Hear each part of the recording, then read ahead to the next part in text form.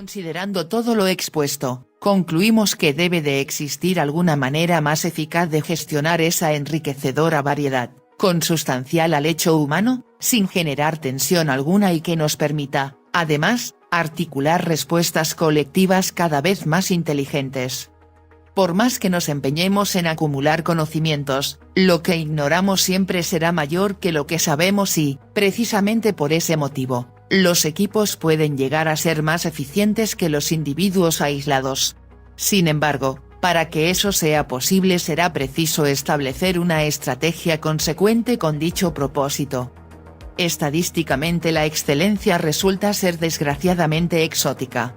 Por consiguiente, la única táctica de coordinación colectiva que no tiende a homogeneizar y tensionar a los conjuntos humanos y que, por lo tanto, es capaz de preservar a las minorías del rodillo de la mediocridad democrática es la metodología del consenso.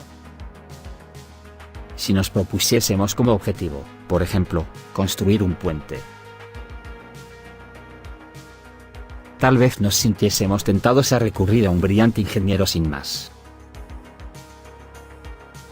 No obstante, si hemos de cumplir con ese objetivo de la mejor manera posible deberíamos atender también a la geología del terreno donde se construirá, la dinámica fluvial del río que atravesará, la climatología y pluviosidad del lugar, así como su posible evolución demográfica para poder dimensionarlo de un modo adecuado añadiendo, además, un análisis previo del posible impacto medioambiental y paisajístico sin olvidar, a su vez, un preciso estudio de financiación y un cálculo de costes. Llegados a esa situación, no seríamos tan insensatos de decidir cuestiones tales como la anchura que debería tener ese viaducto sometiendo tal dictamen a una mera votación, entre los miembros de ese equipo. En lugar de eso, procederíamos considerando todas las opiniones vertidas desde los diferentes enfoques representados intentando dilucidar cuál sería aquella anchura más conveniente en función de todos ellos. Resulta obvio que cualquier equipo multidisciplinar que se precie ha de funcionar mediante acuerdos consensuados.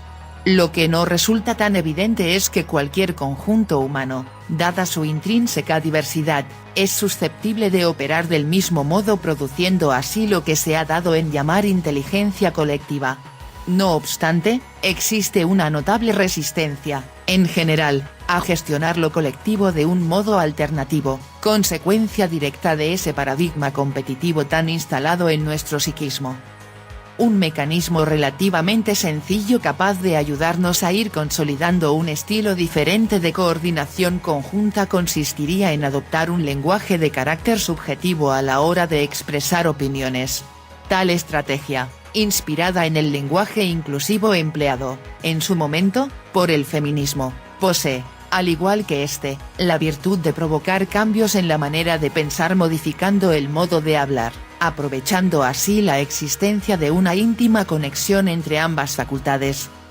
Fórmulas tales como, lo lógico es, indiscutiblemente, lo normal es, hay que, lo ideal sería, no cabe duda de que, cometeríamos un error si, no seamos ingenuos, como todo el mundo sabe, lo mejor sería. O lo razonable es, entre otras muchas, transforman juicios estrictamente personales en afirmaciones absolutas elevando a la categoría de principios universales lo que en realidad son meras impresiones íntimas. Exponer nuestras opiniones en primera persona nos impedirá olvidar que carecen de un carácter objetivo. Es nuestro punto de vista y no la realidad misma. No es algo categórico. Se trata tan solo de un singular enfoque tan válido como otro cualquiera. En vez de eso, deberíamos acostumbrarnos a utilizar expresiones tales como, en mi opinión, creo o considero que, etc. Si en el seno de un conjunto humano no existe la suficiente capacidad de diálogo o una mínima destreza que permita articular con eficacia esta metodología alternativa basada en el consenso, la votación será la única salida posible frente a cualquier discrepancia. El problema de obrar reiteradamente así es que, aparte de elaborar respuestas escasamente creativas, se generan además tensiones internas que terminan por descohesionar al grupo antes de que pueda convertirse en un verdadero equipo.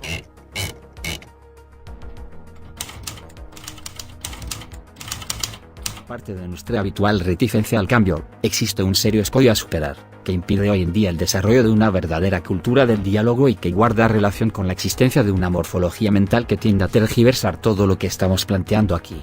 En el marco del actual modelo social anclado en la permanente confrontación no se termina de entender adecuadamente en qué consiste esto del consenso. Solemos confundir, por ejemplo, unanimidad con consenso al considerar que éste se produce espontáneamente cuando todos piensan de igual forma. En realidad, el consenso constituye toda una manera colectiva y diferente de trabajar que consiste en afrontar la diversidad de opiniones de un modo complementario y no confrontativo. No se trata de decidir entre A, B, C o D sino de relacionar todas ellas entre sí, asumiéndolas por completo y sin descartar ninguna, para construir una alternativa, distinta y más creativa. También es habitual confundir negociación con consenso. En este caso, las respectivas actitudes son de carácter competitivo y no cooperativo como sucede en un verdadero consenso. La sensación final, además, suele ser de resignación y no de entusiasmo. En el caso de la negociación se parte de una premisa errónea presuponiendo que el interés del otro de alguna manera se opone al propio, lo que irremediablemente nos conduce a adoptar una postura confrontativa opuesta a la necesaria cooperación que debe existir en un proceso tendente a lograr un acuerdo mutuo consentido y más beneficioso para todos. En el fondo, lo que sucede es que, al igual que con las flechas, percibimos un único camino posible. Así el consenso se vislumbra entonces como algo extremadamente perfecto que exige demasiado tiempo y dedicación. Desde ese punto de vista, las mayorías amplias se presentan, por lo tanto, como aproximaciones a ese ideal platónico inalcanzable y la negociación se convierte así en una sucedánea manera de encauzar las desavenencias sin zanjarlas del todo. Sin embargo, existen dos emplazamientos distintos y, por consiguiente, dos rutas posibles. Una bastante conocida y basada en la confrontación dialéctica de ideas y otra colaborativa que se recorre complementando las respectivas opiniones cooperando todos entre sí. Es precisamente a partir de esta última opción desde donde el consenso resulta factible. La otra vía, propia de la aritmética y de los regateos, no da más de sí y culmina siempre imponiendo a algunos su voluntad tácitamente mediante la fuerza de la coacción y de la presión de grupo. La parte de las matemáticas que se ocupa de estudiar este tipo de situaciones se denomina teoría de juegos y con la finalidad de comprender en profundidad la cuestión, vamos a exponer el conocidísimo supuesto teórico denominado dilema del prisionero. El planteamiento podría ajustarse a lo siguiente. La policía arresta a dos sospechosos, pero no existen pruebas suficientes para condenarlos. Tras haberlos aislado mutuamente, a cada uno de ellos se le ofrece el mismo trato. Si ambos confiesan, los dos serán condenados a 3 años. Si uno confiesa y su cómplice no, el cómplice será condenado a la pena total de 10 años, y el primero será liberado. Lógicamente, en el caso contrario el resultado será el inverso. Pero si ambos lo niegan, la policía se verá obligada a ponerlos en libertad. Valorando que nuestro cómplice podría confesar o, por el contrario, negar los hechos, desde una perspectiva estrictamente egoísta, confesar es lo que más nos conviene. Si el otro confiesa, lo mejor que podemos hacer es confesar también y si lo niega, confesando no perdemos nada. ¿Para qué arriesgar entonces? Esta mediocre solución nos conduce a lo que se conoce como equilibrio de Nash. No obstante, existiría una posibilidad alternativa y más beneficiosa para ambos que conllevaría, sin embargo, que ambos colaborasen entre sí negando los hechos. A esta otra variación se la conoce como el óptimo de Pareto. El que el juego culmine de una u otra forma va a depender esencialmente de si nos decidimos a cooperar o, por el contrario, a competir, ya que, en definitiva, el grado de confianza mutua no es sino la consecuencia directa de la tendencia a obrar de uno u otro modo.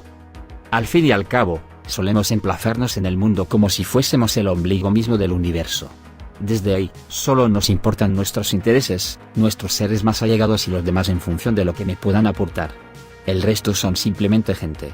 Extrapolando lo explicado a la relación existente entre negociación, votación y consenso, señalaremos que en una negociación todos, de alguna manera, pierden algo ya que han de ceder. en parte, renunciando a sus pretensiones iniciales. En las votaciones el resultado se aproxima al más puro azar y, a veces sucede que ganan unos y pierden otros y, en otras ocasiones, unos pierden y son los otros los que ganan. Sin embargo, en un acuerdo consensual todos finalmente salen ganando al ser recogidas en él la totalidad de necesidades manifestadas. Por consiguiente podríamos afirmar que la negociación equivale básicamente a una forma de equilibrio de Nash y el consenso a un óptimo de Pareto. Nuestra predisposición a competir es de tal magnitud que a la hora de conducirnos colectivamente no elegimos ni la una ni la otra opción, decantándonos habitualmente por la votación. Tal estupidez es solo comparable a si en el caso del dilema del prisionero decidiéramos lanzar una moneda al aire para determinar quién va a la cárcel a cumplir una condena de 10 años y quién sale libre sin ningún cargo.